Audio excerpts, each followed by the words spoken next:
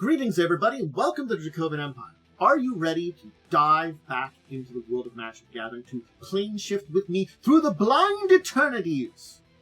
Of course, Zendikar once more. Yes, we're finishing up the Zendikar Block today, so take my hand as I planeswalk with you and guide you through those blind eternities. Your host here, Tantis Naravan Dracovin. Remember, of course, to give a tip to your illustrious host here with liking, subscribing, and ringing the bell as we travel once more to Zendikar. Yes, today we're visiting Zendikar once more to talk about the last set of the Zendikar Block. We're going to be talking about Rise of the Eldrazi. This was the original incarnation of Zendikar as we were introduced to it and found out about it. This, of course, was the 52nd Magic the Gathering expansion released, and at the third and final of the Zendikar Block. We had a pre-release on April 17th to 18th of 2010, and eventually had a full launch on April 23rd to 25th. Now, its symbol was an opening hedron for its set. Its lead designer was Brian Tinsman, its lead developer was Matt Place, and the art director was Jeremy Jarvis. It had themes of mana, big mana, brood lineages, colorless, Eldrazi, defenders. There was a lot with some new keywords: an Annihilator, level up, rebound, totem armor, which now is umbral armor, if you're interested in the change in terminology, but it was totem armor. There's a lot of things that came up in this set, and we'll talk about the complexity of this. But it was 248 cards. It was a large third expansion with 100 commons, 60 uncommons, 53 rares, 53 mythics, and 20 basic cards. All this is important information. And its codename was Prosper. So yeah, it was a large expansion. That's an interesting thing. I'm showing off Olirant, the Infinite Gyre here, who destroys a permanent. It was one of the three big Eldrazi titans of the set here, who had the special ability, if they go in the graveyard, you put them back in your library. When it's put in. But yes, it continues the storyline of the Zendikar set, and that is important. But it is a large expansion, which is very rare and unusual for a block of Magic cards. Normally it's one big expansion, two small expansions. And it only had one less common than Zendikar did. And included basic lands, which really aren't in a third expansion. So yeah, it included basic lands in here. We had, where there were full art in the original one, this is, yes indeed, not a full art land. But it is interesting to see that we are basically one less card in the entire set. It was 249 in Zendikar, 248 in Rise of the Eldrazi. And we have the basic lands once again. Not full art, but basic lands. Now, interestingly enough, a little fact that we can talk about here is there were free space on the print sheets that were used for these two cards here, Hand of Emrakul and Ulamog's Crusher. So these two are more common than all the other commons. So we have like 98 commons and 2 super commons. Weirdly enough. All the basic lands, I would go back to the other one, form a collage when put together. So that's also very interesting. So, unlike the previous sets, this was a mechanical reboot. Normally when you go through a block, you have your initial set, which establishes the setting, a lot of the mechanics, how things are going to work, and then as you do your 2 expansions, they expand upon a lot of those themes. They are connected together because of those themes. You might have new abilities, more keywords, kind of things like that, but they are related together mechanically in a lot of ways.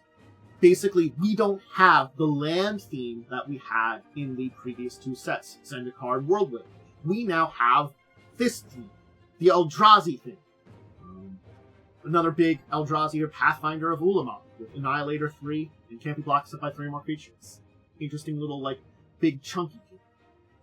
Basically, for a limited environment, for this limited environment, it was kind of slowed down, allowed players to speed up their ability to cast larger spells, and to make instants and sorceries matter. They worked along with this kind of new ideas to move away from the land to focus on these big powerful, expensive Eldrazi creatures. We also had more Eldrazi creatures. Here's, of course, the Artisan Coder's Lek, who gets a graveyard card from the graveyard back. But notice what you look like here on the colorless cards. They've translucent boxes. The artwork is larger, and you can kind of see the artwork beyond the box. They were also numbered differently, if you see.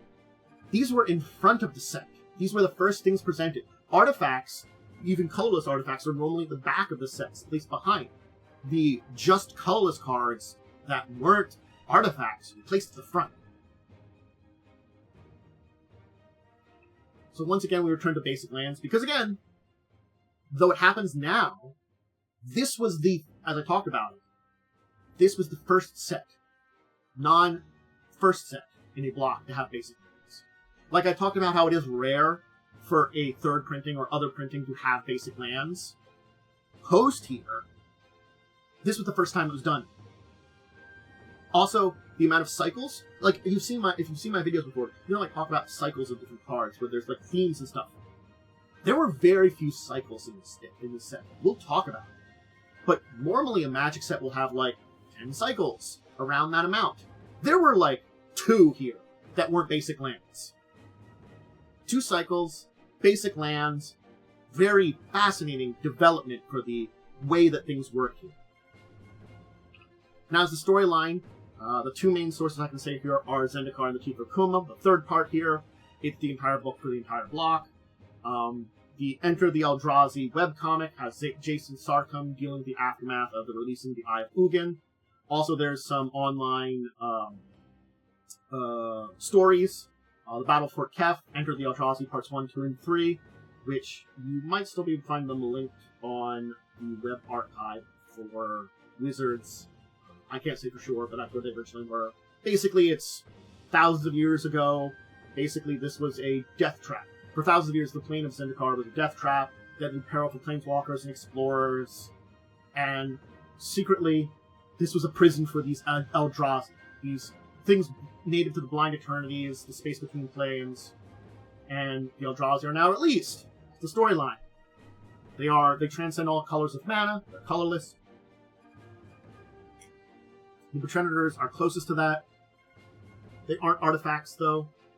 They are creatures. That is the Eldrazi. And they spawn their own lineages. And they have 3 different lineages under each of the 3 titans. Emrakul, Ulamog, Kozilek. So they will all be connected to one of them and look in ways similar to them. That's a little trick about the Eldrazi. I'll note that here because I don't have a better place to note it. If you look at all the Eldrazi connected to each of the Titans, they have a look similar to their Titan. If you're under Ulamog, you look like Ulamog a little bit. If you're under Emrakul, you look like Emrakul a little bit. You are of their blood in a lot of ways. Let's talk products. Of course, we had our 16-card booster packs. We also had 6-card boosters, 5 intro packs, I'm only showing one of them there, and a fat pack. If you're looking at the regular boosters, they had Art of Gideon Jura, Sarkhan the Mad, Ulamog the Infinite Gyre, Kozilek Butcher of Truth, and Kargan Dragon. Induced Spare was the card that was shown on the 6-card booster pack. So here's our normal things. And of course, the packs have their normal card selection that we've had up until now. Now, promotional. If you went to the pre-release, you got an Emrakul, the Aeon's Torn, as your colorless creature. And if you went to the large party, you get a Lord of Shatterskull pass. We'll talk about Emrakul some more, and Lord a little bit here, a little bit more. But Emrakul, it's the big, giant, really expensive one. If you cast this spell, you take an extra turn. So it means if you cheat Emrakul into play, you don't get an extra turn. But if you do cast it, and has protection from all spells that are 1 or more colors, and Annihilator 6. Hard to play, but you also get better. And of course, Lord of Shatterskull Pass, where you can level it up and nuke enemy creatures. We'll talk about that. But it was highlighting Annihilator and level up. 2 major mechanics as part of this. Now, let's talk about Game Day and beyond. If you went to Game Day, you got a full art Stagger Shock, which featured Rebound, one of the other mechanics, doing 2 damage. And If you won at game day, you got a full art Deathless Angel, who could, for 2 white mana, make a creature indestructible this turn. Pretty good at protecting it from stuff. It doesn't protect you from the Annihilator's sacrifice, though. And then, of course, there was a buy a box promo, the Ghoul-Draz Assassin, which is another level-up creature. We'll talk what level-up means. But eventually, it got to be powerful enough to basically have a creature get -4/-4 until end turn. I like the Ghoul-Draz Assassin. I've used it before in places, but I don't have anything about it. And just as a weird note on something, which I did research and didn't really learn what it really meant, but I do know. Visitors to PAX East received a personalized Eldrazi death. What's that? What is it? That's another one of those weird mystery things that if you went to East and that kind of thing, you got an Eldrazi. Let me know what the heck it is. I'm curious. The curiosity in me is deep. So, 16th card. We do have to talk about that a little bit here, and one of them was a tip and trick card.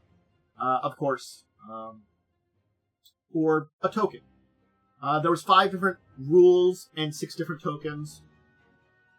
The other side of each of these was one of 13 advertisements for various Magic-related products, connected programs, play programs. So yeah, you had a 16th card of either tip or trick or token. The tips were Levelers, Eldrazi abilities, Rebound, and Totem Bar. This one being here the Eldrazi abilities. Now, for the tokens, of course, we're going to show more of them. 3 different Eldrazi spawn. That's an important part about it. There were technically, I would say, 7 tokens then. Because there was 3 Eldrazi spawn, a XX Elemental, a 4/4 Hellion, an XX Ooze, and of course the other one here, the 5/5 Legendary Goblin Golem Artifact Creature named Tuck the Return. So, a number of tokens. There were 2 Misprints. These 2 here. Now you may say, what's going on here? Well, it's collector number. Kozilek, the Butcher of Truth, who gets you some cards, should you play him, as it did, and if it trades that works well with Annihilator, that if an opponent sacrifices something, you get it. We might talk about these a little bit more. I like it that it trades with a sacrifice deck. I have it in my black room. But anyway, Kozilek is collector number 6. It should be 7. If betrays is 7, it should be 6. Because remember, collector's number goes alphabetical in the same group. I comes before K. But in the collector's number on these 2, it's reversed. A little interesting fact there. So, let's talk mechanics of this set. Eldrazi, to start out. We got them hinted on in the Eye of Ugin card in Worldwake. The first that was shown, of course, was Kozilek that I talked about. We talked about Kozilek. I showed Kozilek off just previously here. It's one of the Titans, has that return. If it would go to your graveyard from anywhere, shuffle it into your library, Annihilator, draw some cards for that one. But yeah, we had this entire thing of these Eldrazi creatures as a new creature type being the major part of the entire set. And connected to them, of course, is their mechanical ability, Annihilate. The spawn sign here, who can create Eldrazi spawn and cast Eldrazi's from outside the game. This was an interesting one. They basically sided. But Annihilator was a mechanic that basically, when a creature attacks, the defending player sacrifices a permanent for each number of Annihilator. That's why Emrakul with Annihilator 6, your opponent sacrifices 6 things. Kozilek and Ulamog with Annihilator 4 each, your opponent sacrifices 4. Even Spawn Sire here with Annihilator 1 causes your opponent to sacrifice 1 thing. It's still pretty deadly, and these are permanents. Very powerful. Of course, we had colorless instants and sorceries. This was the first set to contain these. Basically, the set to contain the first instant or sorceries without colored mana in their casting cost. So, we've had colorless instants and sorceries before with some other things, but these don't have colored mana in their casting cost. This being Not of This World, which is a counter with an alternate cost, Skittering Invasion, which puts a bunch of Eldrazi spawns, and All Is Dust, which destroys off-premise if they have one or more colors. Also, if you noticed, all of these are tribal. We brought back tribal things. Tribal cards with the Eldrazi tribal cards. This is Eldrazi Conscription, the fourth of the colorless tribal cards. Remember, tribal cards are a type of card that has a set with them. They say tribal, and then they also say the type of creature that they are. So it's like goblin, elf, whatever, a lot of other ones. They are also that, and they're normal types, so they also contain the same types. This is an Eldrazi, counts as an Eldrazi, even though it's an enchantment.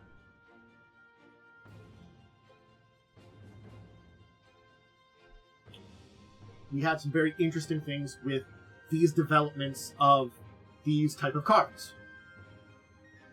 Anyway. We also had token spawning as a major part of this. Because a lot of Eldrazi had a lot of casting cost, basically this brood lineage, they create 0/1 colorless Eldrazi spawn that can be sacrificed for a colorless mana. And here we have another one of the spawns here. And again, all colorless Eldrazi had the transparent flames, but we did have colored ones. The Awakening Zone here is a pretty good token creator. You get an Eldrazi spawn every turn. You get it out on your third turn. You start building up that mana with sacrificing Eldrazi spawn to play big Eldrazi. So it has this mechanic of using its brood to create more of it. But there was other growth other than just the tribal spawning here, or token spawning here. We had level up. This was a new mechanic that hasn't been seen before, but I thought was a really cool mechanic. Basically, as a sorcery, you can pay a level up cost for a creature and put a token on it. And the number of these level tokens unlocks new abilities. As you can see here for Brimstone Shaman, if you level up to once or twice, having one or two of these tokens on here, it begins to tap to do damage to creature player, and it becomes a 2/3 instead of 2/2.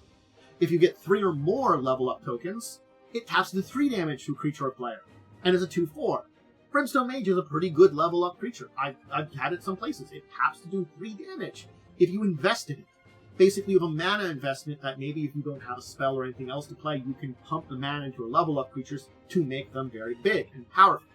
Now, this leveling up mechanic is expressed in other ways other than just cards with level up, the growth in power that exists. For example, Tuk Tuk. I showed off the token of Tuk Tuk, but when he's put in your graveyard, you get a big creature. He's replaced by 5/5 Goblin Golem. Similarly speaking, you have things like Sphinx of Magozi, which grows with +1/+1 counters. You pay some mana, draw a card, and put a +1/+1 counter on it. Sphinx of Magozi is another pretty damn good card to have. There are ways to make it a lot cheaper that you can draw a lot of cards and get a lot of +1/+1 counters with the Sphinx. There are also some temporary bonuses that there are some of the vampires and other things. Bloodthrone Vampire, Wildhunt Invoker, Nikana Revenant here, who can pump up. It's a shade-type creature. Shade creatures in the past have always had the ability to play black mana and they get +1/+1. In the case of Nikana Revenant, Swamps tap for extra mana. So Nikana Revenant is a pretty good one. You may hit on it again, but this is also one that I've used in black decks, purely black decks, because, hey, you get it out there, I double my Swamp's mana production, plus I can get it very big. We also then have, interestingly enough, with all this, defenders. There's a major set of defenders and walls in this entire thing. But the thing is, we didn't just have walls, we had creatures with defender. Vent Sentinel has defender here. Overground Battlement's another one.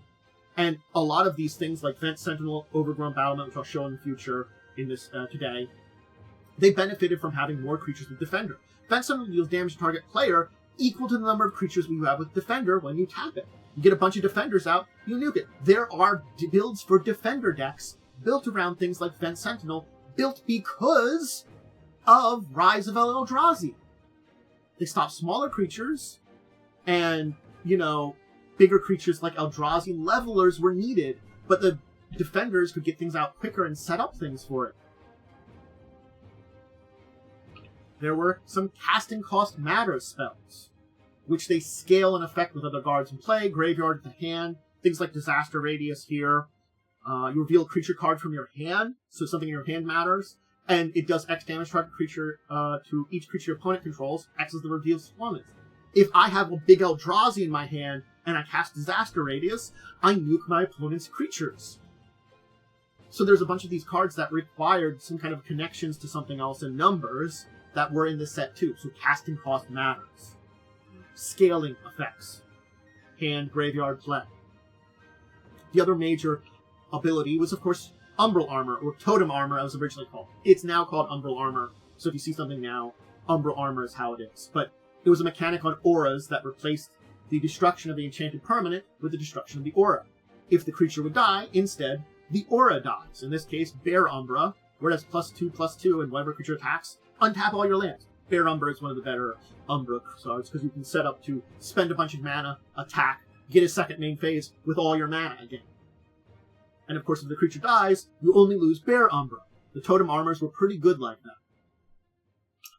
Rebound was another major effect that came into play here that got more use out of instants or sorceries.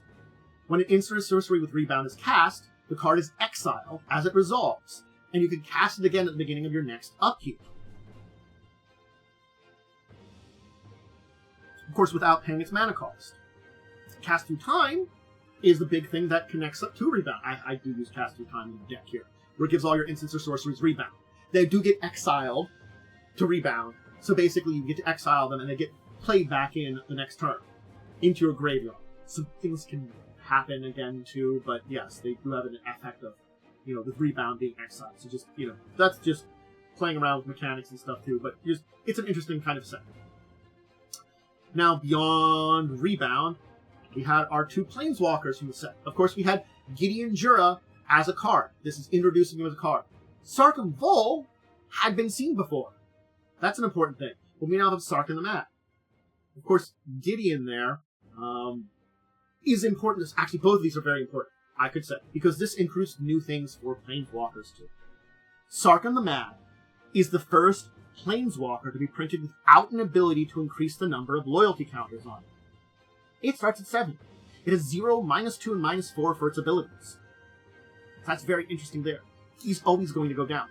On the other hand, Gideon Jura had a unique ability, as it doesn't have a big ultimate ability in comparison to a lot of other Planeswalkers. Instead, he turns himself into a creature. And also, there's an interesting thing here. In these cards, we do have a change in templating. We begin to use things like pronouns, he, himself, which were excluded and used for players, not cards or creatures. Basically, cards were referred to as cards in the past. This was the first time that when we were using like he, she, them, other pronouns, it usually was referring to players before, not to cards, not to creatures. This is one that's referring to the Planeswalkers. We're getting a formatting change here that we're referring to these things in not naming them constantly. It helps in certain places. Yeah, it does. So we did have Eldrazi drones, which are colorless. Remember, drones are the spawn of the big titans, but they are smaller colored creatures that are aligned with them. And there are also some spells similarly that are colored that produce Eldrazi spawn, these 0/1 things. Kozilek's Predator here produces 2 spawns. You get a creature for 3/3 for 4 mana, but you also get the 2 spawns you can sacrifice for bigger things. It's interesting to see that the Eldrazi spawn are evolving in a lot of ways. Well, we've got these colored connections still in the lesser Eldrazi, but they build into Eldrazi decks with some colored ones, and the big colorless ones are their big mean mashers. Now, again, here's another of the spells, which is colored rule. This one here, where if you have Eldrazi spawn and you cast this, you get 3 instead. So Brood Birthing. You get rid of 1, or you have 1, you get 3 then. Or you just put 1 in. The thing is, sacrificing an Eldrazi spawn to mana ability, you can't respond to it. Keep that in mind. That's important rules that were developed here. That sacrificing creature to a mana ability counts as a mana ability. It's not something you can interrupt at all. So you can activate when casting a spell, an ability, resolving a spell, or ability requires a mana payment. There are some abilities that affect spawn. They're tokens. So keep that in mind if anything does stuff with tokens. They are also Eldrazi type. So things like changelings gain Eldrazi and spawn as a thing. Both of them are the two types they have. And not all creatures with Eldrazi spawn have the sacrifice ability. So that's also another thing. Just because you're an Eldrazi spawn doesn't mean you get the sacrifice ability as part of it. And if a token loses all its abilities, you can no longer sacrifice it for mana. Now, some instant sorceries that create spawn have targets. If the target becomes illegal, the entire spell's counted, and you don't get the tokens. So there are some developments in the way that these entire things work mechanically, rules-wise, because of the creatures that were introduced. Let's talk the cycles. The two cycles that existed here. The first are the Invokers. Now, this is the Dawn Glare Evokers. Basically, they're reminiscent of some cards from Legions. They have an active ability that all costs 8. In this case, they're the Dawn Glow for 8 tap all creatures target player controls. Each of the Invokers had an ability that was similar to this one. I think my personal favorite is the Dawn Glare of all of them. But again, they're not all terrible. This one just is a good like for doing. There are also some rare levelers that had some very powerful abilities. And they all had the cost of one colorless, one color of their type to level up. This is the Echo Mage. I talked about the Ghoul-Draz Assassin, which was one of them earlier. Lord of Shadowsoul Pass, which was the one that was in the promos. I talked about a little bit. Echo Mage here I'll talk about a little bit today. You can copy an instant or sorcery.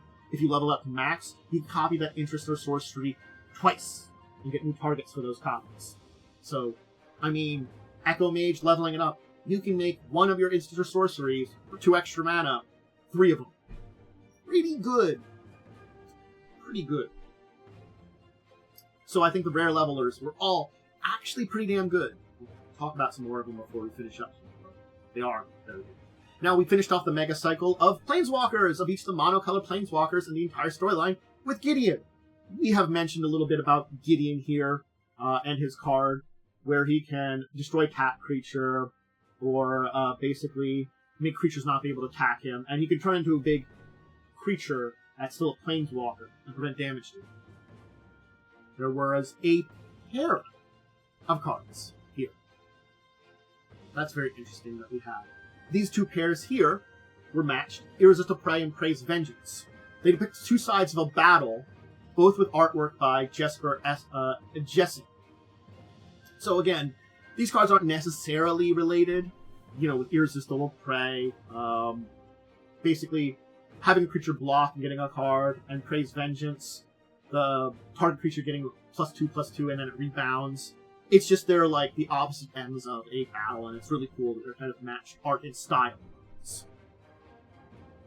Let's talk reprints. There were a bunch of reprints in this set, which is important to talk about. Of course, Battle Rampart was last seen during Mercadian Masks and giving creatures haste. Cool.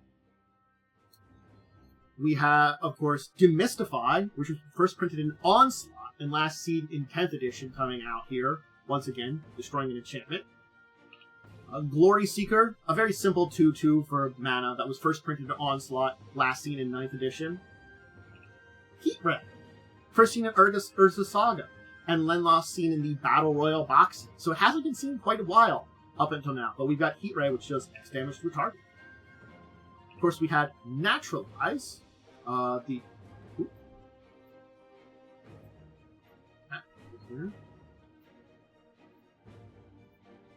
Oh, fix that.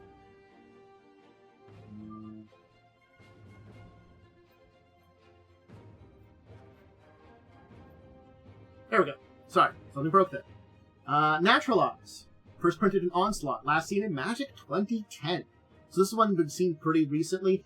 Naturalize gets a lot of reprints. It's a pretty standard green, destroy an artifact or enchantment. I love little technical issues that happen when I'm playing around with this stuff. Regress, last seen in Mirrodin. It's very, I'm just going to note here as I'm talking through this. There's a lot of interesting things related to reprints in this set too. Maybe another reason we didn't have as many cycles. Returning a permanent to its hand, last seen in Mirrodin. Smite, last seen in Stronghold. And of course, Vendetta, which was last seen in Mercadian Masks. Now, there were some functional reprints. Basically, they're kind of reprints, but not. Gloomhunter here is a reprint of Kelnor Bat from 2010, but there's also some other creatures, Dusk Imp, Feral Shadow, a Moaning Spirit. All of them have different... Most of the others have changes in spirit, changes in creature type. Interestingly enough, Gloomhunter and Kelnor Bat are the same type, same power and toughness, just different names. They're basically very much so the functional reprint. We just have a lot of other creatures that have different types set in this entire group. Jawari Scuttler, of course, of the Blind Phantasm from Future Sight, except for its creature type, was another one. This is an interesting one. Lagak Lizard, which functionally reprints Canyon Minotaur from 2010, but again, this is another one that there's a lot of 3/3 red creatures for 4 mana, for 3 colorless and a red. Again, all different types. Hill Giant, Wild Jovel, Tor Giant, Barbarian Horde. Again, all different changes in that one, too. Last Kiss is a functional reprint of Douse in Gloom from Guildpact, interestingly enough. Of course, you had this one here, Nema Skirtlugger, a functional reprint of Ironroot Treefolk from Unlimited Alpha Beta, last seen in 5th edition. It's basically something from back in that days, reprinted. Even more interesting, Evolving... Shrivel. I'm sorry, I skipped one of them there. I skipped one in my brain. A reprint of Nausea. Originally from Stronghold, last seen in 8th edition, where all creatures get smaller. That's the one I was really going to talk about. Evolving Wilds, which is a functional reprint of Terramorphic Expanse. Hey, that's really interesting. Terramorphic Expanse, where you can sacrifice a searching land for a basic land, put it to play, and then you've got Evolving Wilds, which is a functional reprint of it. That's very interesting that we have that thing.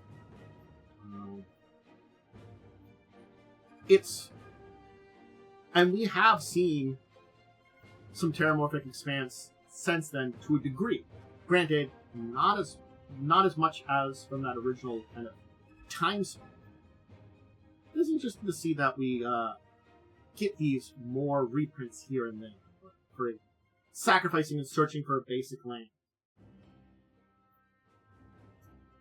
Finally, and you can have both of them together and really have searching and stuff. Finally, here is a almost functional reprint, but in a way, both better and not better. This is the weird thing here. See, Soul's Attendant is basically a functional reprint of Soul Warden. Basically. Soul Warden was originally a Stronghold, last seen in Magic 2010. Only in Soul Warden, the triggered ability is mandatory.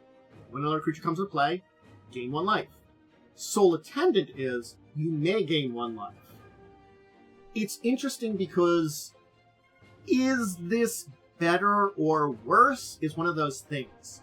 There's be discussions that having the triggered ability be an option is better in the end, but I don't know. It's a weird kind of situation for that one, for Soul Warden and Soul's Attendant. But, you know, they are basically the same card, except for that little bit of change in wording. Very small one. But is it better or is it worse? I think that's a thing for folks to decide on their own. Anyway, let's talk about some color shifting cards. There are 2 color shifting cards. A Wall of Blossoms from Stronghold has been color shifted to Wall of Omens in this case, which is a wall that, when it comes into play, you draw a card. And then Azora Drake, which is originally in Legends, last seen in 9th edition, has our good friend here, Hindi Griffin. Basically a color shift version of the same thing. Not major color shifts, but, you know, a couple new cards that are based on those colors. Let's talk about some strictly better cards. We can start with Boar Umbra. It's just better than Oakenform. It's better than Oakenform for one major reason. Totem Armor. Or Umbral Armor, as it's called. Because it is Umbral Armor, it is just better than Oakenform. It does the exact same thing, but it is just a little bit better. In a similar case, Distortion Strike is better than Infiltrate and Teleport, both older classic cards. Teleport originally from Legends, and Infiltrate from Stronghold. both making creature, generally speaking, unblockable, but Distortion Strike gives something +1/+0, and it has rebound. Meaning you can be unblockable the next turn. Very similarly speaking, once again, Umbral armors are just better, with Hyena Umbra being better than Lance. Lance being from the original sets, we've had a couple printings of it, giving a creature first strike. Hyena Umbra, for 1 mana, gives +1/+1, first strike, and its totem armor. We are super better than here. I mentioned it before with Overgrown Battlement. We'll kind of hit up it again, but it's just better than Vine Trellis. It costs the same. Vine Trellis tapped for 1 green mana. It was a traditional mana-giving wall. But Overgrown Battlement, which is a wall and defender, taps to add a green mana for each defender you control. Meaning if you only have it, it still taps for 1. But if you have other defenders, it's better. And then, of course, we have Warpath Ghoul being replaced by Nirkana Revenant. For 3 mana, Nirkana Revenant is a 3/2. Same thing as Warpath Ghoul. But Nirkana Revenant has level up. That's why it's just better. You can give it Death Touch and then First Strike and Death Touch originally, and make it a 5/4. Yes, it causes mana and time investment. But if you don't have that mana, you don't have that time, you still get a 3/2 for the same cost as the Warpath Ghoul. It's just better that way. It's just better. Now, these are just worse. I talked about how over there, Nema Skirklutter is connected to Ironwood Treefolk. Guess what? Since Ironwood Treefolk came out, a whole bunch of other creatures came out that were just better. Blanchwood Treefolk, Everbark Shaman, Hanghu's Horde, Plated Worm, Redwood Treefolk, Timber Protector. All of them cost the same mana and are just better creatures. Either more power and toughness, special abilities. This thing here is just worse than all of them. Domestication up there. There's a spell originally from Unlimited that had a bunch of reprints. Control Magic, where you just control an enchanted creature for the same cost, but without the downside of domestication. So domestication is just worse. And I do have to mention it, Shared Discovery, it's technically a worse version. It's trying to capture the essence of Ancestral Recall. Ancestral Recall being very, very good and never going to be reprinted. It's 1 mana, draw 3 cards. You're never going to be that good. But you can see how it's connected and trying to do that. It's 1 mana, draw 3 cards with an additional cost. So it's very interesting that, yes, it's an obvious, strictly worse card because we're backing away from that card and ramping down the power level from some things in Unlimited, including Ancestral Recall. That was too powerful. We wanted to be better than that. But it's interesting, this is where we're getting on that connection to. I just find it a fascinating thing. Let's talk about some cards that are notable in this set that were used in a lot of decks. Coralheim Commander here, who is a level-up merfolk that gives other merfolk creatures you control a boost, is a staple in a lot of Extended and Legacy merfolk decks. It's pretty cheap to put out and not difficult to level up to get that bonus to your merfolk. Counting Hydra, to date, is the card with the largest number of mana symbols of a single color as its cost, excluding an unglued card, which I'm not going to talk about. But yeah, look at all that there. That is a lot of green mana symbols on top of it. I think that's 8 direct green mana. But it costs 1 less green for each green creature you control. It's an 8/8 trample, so I mean, you're probably not going to spend the 8 to cast it. Usually. Realm Uncharted references Gifts Unseen, another card that's out there. Gifts Unforgiven. You search your library for 4 cards of different names, reveal them. Your opponent chooses 2 of them, puts those into your graveyard, and the rest go to your hand. This one here, you search for 4 lands with different names, reveal them. An opponent chooses 2 cards, puts them in your graveyard, the other 2 go in your hand. Hey! Yeah. And these don't have to be basic lands. Those just be any card. So it does reference, it is basically a land version of Gifts Unseen. Vegevine is notorious for having interactions with Survival of the Fittest, which you discard a creature card, search your library for a creature card, reveal it, put in your hand, and then shuffle your library. In Legacy. It has some niche in some Hollow 1 decks, if you want to look those up, but yeah. If you cast a spell, it's a second creature spell you cast this turn. If you cast this creature spell, and it's a second creature spell of the turn, you return it from your graveyard to your hand. So you can discard it to Survival of the Fittest to get a creature card that's cheap. Play 2 creature cards, get this out. Really cool that way. So yeah, you use that to get other things.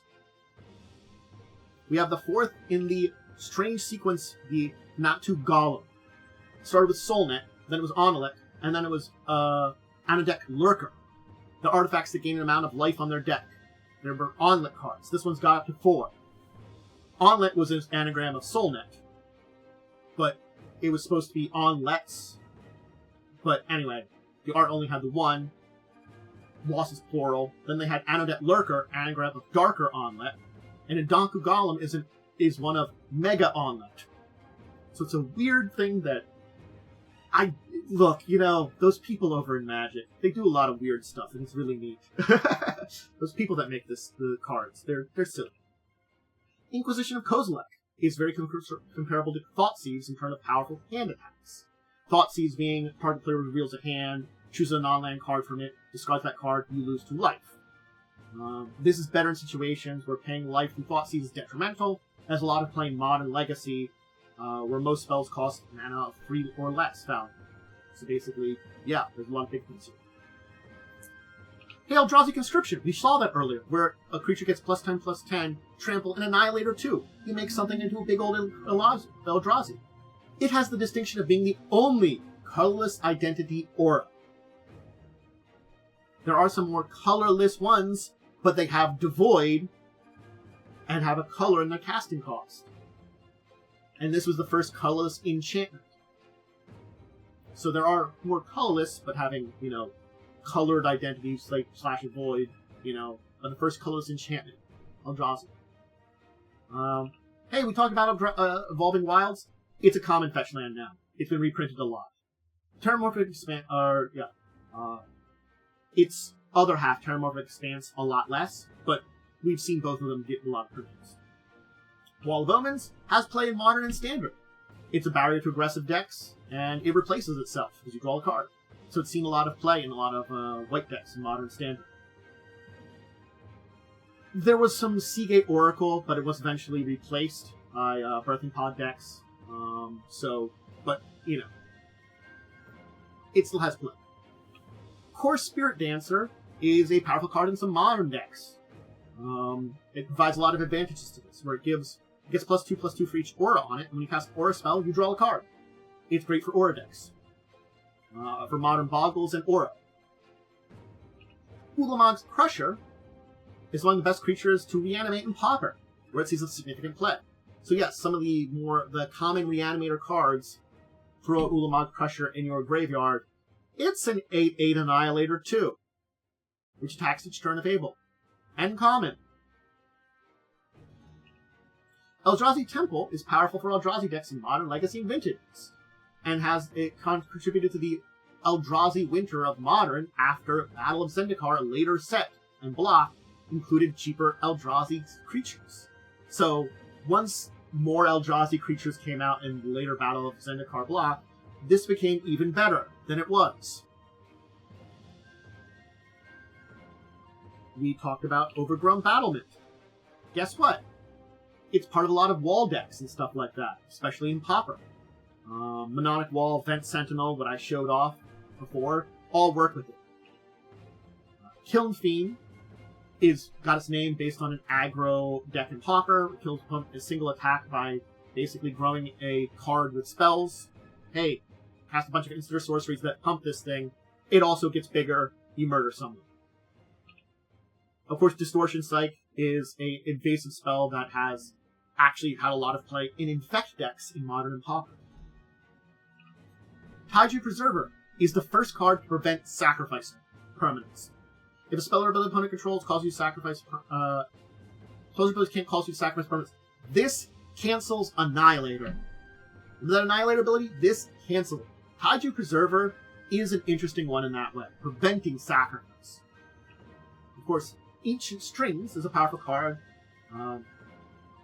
that has been used in numerous decks to build around colorless permanents. Eldrazi, Hardened Scales in Modern, Tron decks in both Modern and Pauper. Yeah. you're dealing with colorless cards, Ancient Strings is pretty powerful. Let's talk about the bans and restrictions. Splinter Twin! It's a very powerful aura. You attach to a creature, and then put a token that's a copy of that creature into the battlefield. It has haste, X at the beginning of the next instant. Yeah, you put it on one of your creatures, and you can tap the creature you have to create a copy of it. It works very well with come into play effects. It was the main part of the Deceiver Extract from New Phyrexia in Standard for a while. It was a major archetype in Modern, winning 2 Modern Pro Tours. It was banned in 2016. Emrakul! Why is Emrakul here? So Emrakul was tied with World Spine Worm as the biggest non-token creature in Magic, and has the second highest converted mana cost of all spell after Draco in Planeshift. Draco is 16. Impervious Great Worm in Guilds of Ravnica has a bigger creature with 16 power tokens. So anyway, it's banned in Commander, but has had a lot of play in things like Modern, Legacy, and Vintage. So Emrakul is used a lot, but the big place where it's banned is actually Commander, interestingly enough. And Prophetic Prism is a card that was in Pauper Affinity decks, that it dominated since the beginning of the format, and was banned in 2022. So it was a very powerful Pauper card that just is so eponymous in certain ways and in certain types of deck. But also now, let's see some play in some Modern Artifact decks for similar reasons. It's just not as powerful as it was in the past.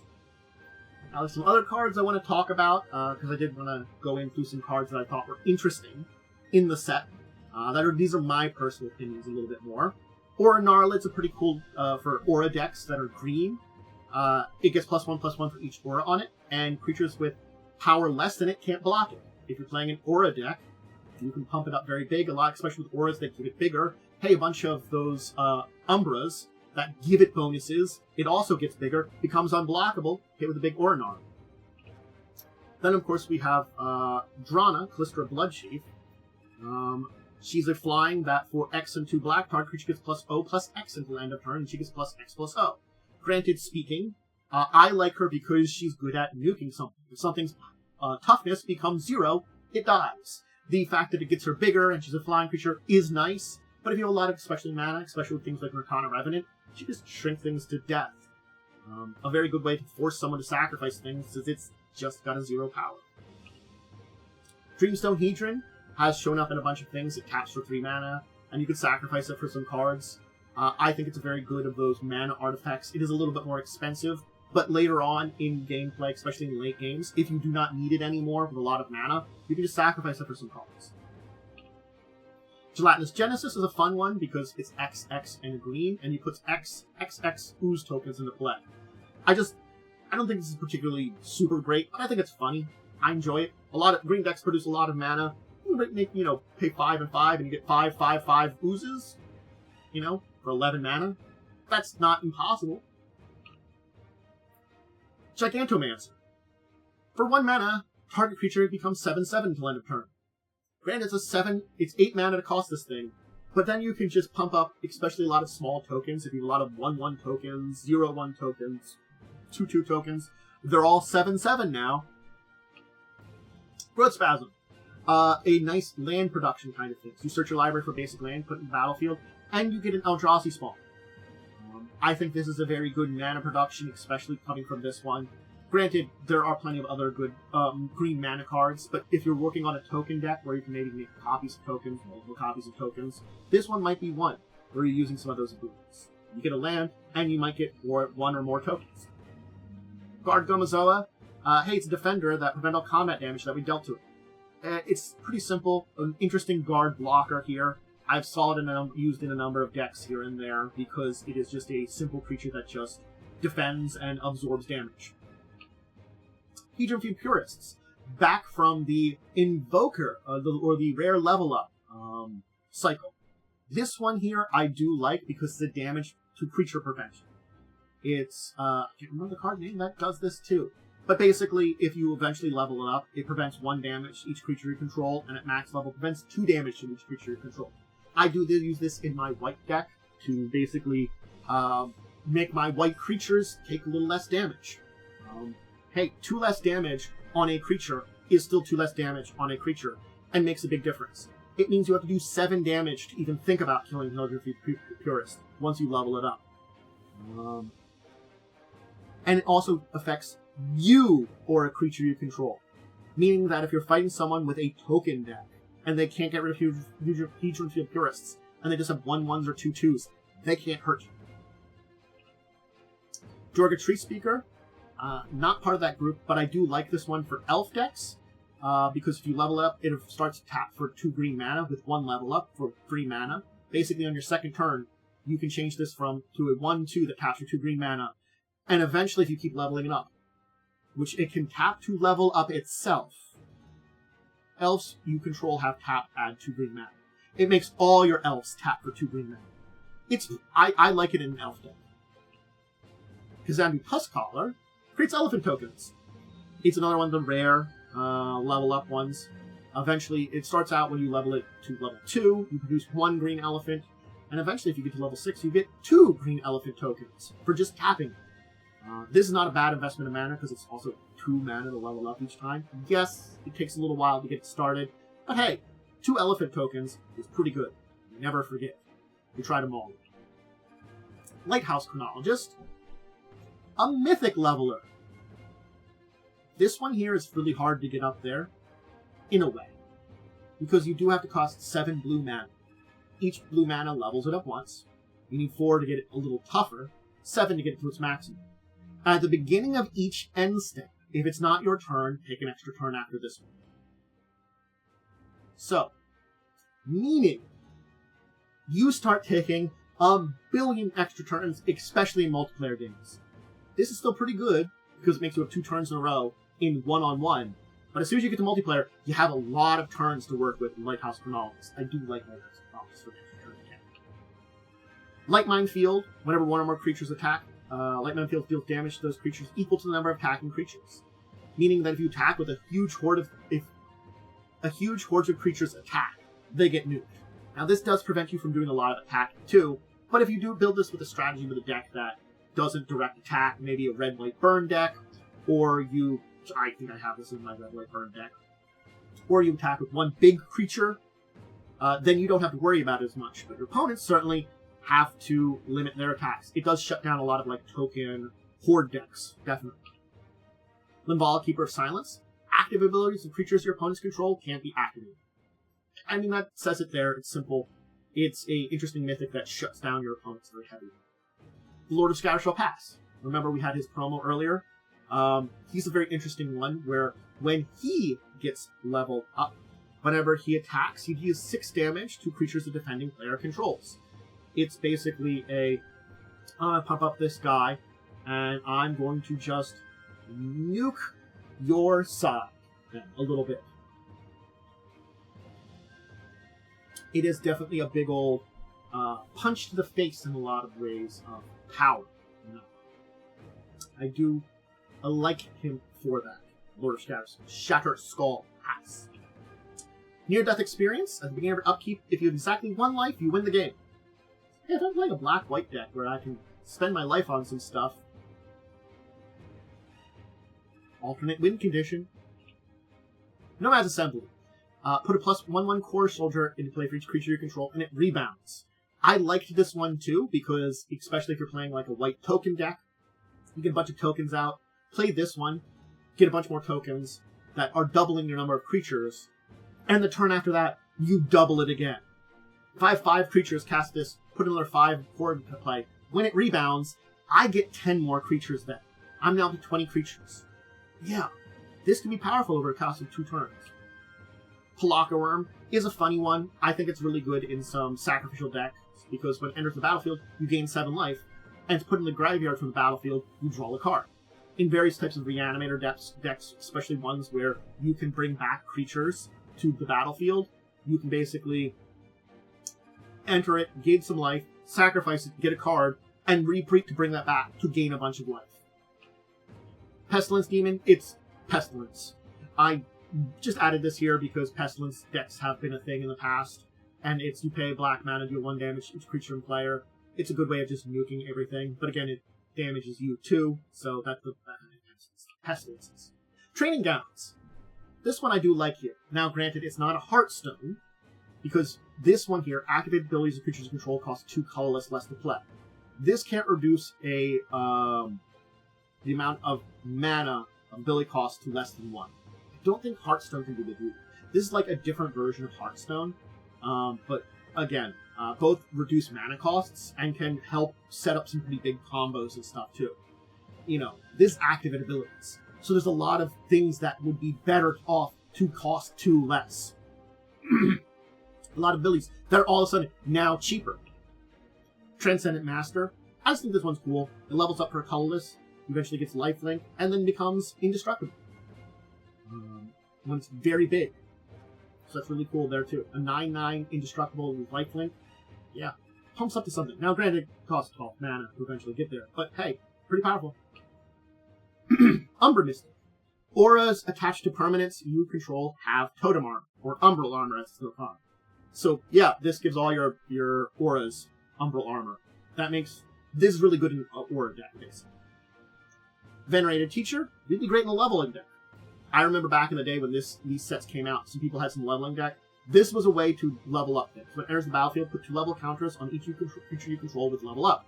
You basically put out a bunch of level creatures, play the Venerated Teacher, and you get a bunch of level tokens for free. Warmonger's Chariot. You put it on Defender, it can attack as though it doesn't have Defender. Wow. This in a Defender deck. You can make them attack. Alright, let's talk the intro packs to finish up today. Are we ready? We can start with Eldrazi Arisen here, with its 2 rares, the Awakening Zone, and the holographic foil Conquering Manticore. When it enters the battlefield, gain control of target creature opponent controls until end of turn. Untap that creature, it gains haste. If you steal a creature for a turn. The Awakening Zone is good for mana. Basically, this is an Eldrazi. Ulamog's Crusher, Hand of Emrakul, Pathrazer of Ulamog are all in here. They're big creatures, they have Annihilator. You have ways to put them out, some other things to do that. Things like Dreamstone Heatran's in here, which I talked about. Various creatures that put out Eldrazi spawn tokens to help you play the big creatures. So yeah. Things like Growth Spasm, which I mentioned, and some other spells to gain some extra cards in the play. It's a kind of big creature, get a bunch of tokens out, get your Annihilator out, hit the people where it hurts. And if someone else has some kind of Eldrazi or something, you can use Conquering Manticore, steal it, and use it against them. And, of course, you can always fix it up with some other ones, like, I don't know, Emrakul. Especially if you went to the pre-release, you'd have an Emrakul, and you could slip in here. And there are some other big Eldrazi's, certainly, to fix this up a little bit if you wanted to improve it. Next up is Leveler's Glory. It's a blue... the previous one was a red-green deck. This is a blue-white deck, and it focuses on level up. Of course, your 2 ones here are the Fusion Feud Purist I mentioned before, and for the holographic foil, Student of Warfare, which levels up to have Double Strike eventually. With it being blue-white, has things like that Venerated Teacher I talked about. Yeah, a bunch of leveling cards that get some special abilities. It's a very simple one. It has some cheap creatures that you kind of get out there that you want to level up. So yeah. And there are some other leveling things like the Transcendent Master and other ones that Time of Heroes that gives like level creatures with level counters on it, bonuses that you might want to consider adding to this deck to improve it. Things like Domestication can be removed. It's kind of bad. Remember I talked about it. Leveler's Scorn is a blue-black deck. Now, Echo Mage is in here. Hey, Echo Mage. And Sphinx of Magosi. Hey, Sphinx of Magosi. I shouted both of those out. So, it puts you in control of levelers that become more powerful over time. Like Skywatcher Adept, Hottest Spy Patrol become unblockable. Well, Skywatcher Adept is flying. Hottest Spy Patrol becomes unblockable eventually as a leveler. Echo Mage makes you have your instants or sorceries like you've got things like Doomblade in here that you can get Fleeting Distraction, Last Kiss, Negate, Unsummon, or you can cast them more than once. So it plays with that, and you do have things like, if you would put things like your kind of Cutthroat, the Ghoul-Drazed Assassin, or Lightpost Chronologist in here, those would probably put really well into this deck to improve it from cards from that set. Invading Spawn is a red-black deck that focuses on Eldrazi with Magma, where you sacrifice non-land permanents to do damage to a target, and of course the Callistra Bloodchief, which I've talked about before. It does have some instants like Vendetta and Lightning Bolt. Fireball is in here, Act of Treason. It lets you harvest the spawn of the Eldrazi to do things. It does create Eldrazi spawn, so you can do, get some big creatures like there's the Pawn of Ulamog, Emrakul Hatcher, Rapacious ones that create these tokens. Basically, you're sacrificing to other stuff. The point of this is you are using Eldrazi for other things. Things like Raid Bombardment might be good here, Skittering Invasion to get more of them, and Sark and the Mad even can work in here to get some dragons. And then we have Totem Power, a green-white deck focusing on totems. Of course, Spirit Dancer is in here, and I talked about that one, and Gigantomancer as the holographic foil. And I talked about that one too. You basically use a lot of auras and stuff like that. It's got Aura, a Land Aura, Mammoth Aura, Spider Aura. Of course, replacing some of the auras with some better ones is probably a great way of doing this. Bear Umbra, Hyena Umbra, Snake Umbra, things like Deathless Angel in here too. But you've got pacifisms that can be used to enchant creatures. You do have a Prized Unicorn in here, which all creatures able to block do so. Things like Cudgel Troll and Stomper Cub are in here. Give you some bigger creatures and stuff that you throw your Umbras on. The Gigantomancer's in here. There's an Ornithopter in here, which is a 0/2 flying creature. Hey, with Gigantomancer, now it's a 7/7 flying creature. There's also a block one too, which I mentioned. So there's some ways to enhance it and feel it, but it's a big event about enchantments and stuff. That's Rise of Eldrazi. That's a big one there. Went through a lot of cards, taught you a lot about a lot of things. I hope you understand the set. And think about some of the cards you may want to use. The set, the mechanics, cards that would be cool, and maybe you've brainstorming already some cards for, standard, legacy, vintage, modern, or even commander from some of these things I've talked about here you might be interested in. That's all I can hope is that you're sparked with some interesting cards from this set, and you enjoyed learning about the history of the set and where it came from. It's one of those things I think this is going to be a much longer video just because it was kind of a mess of a set in comparison, with a lot less cycles and stuff like that, and a lot more kind of random stuff built into the deck. It's a very interesting set. It's just crazy.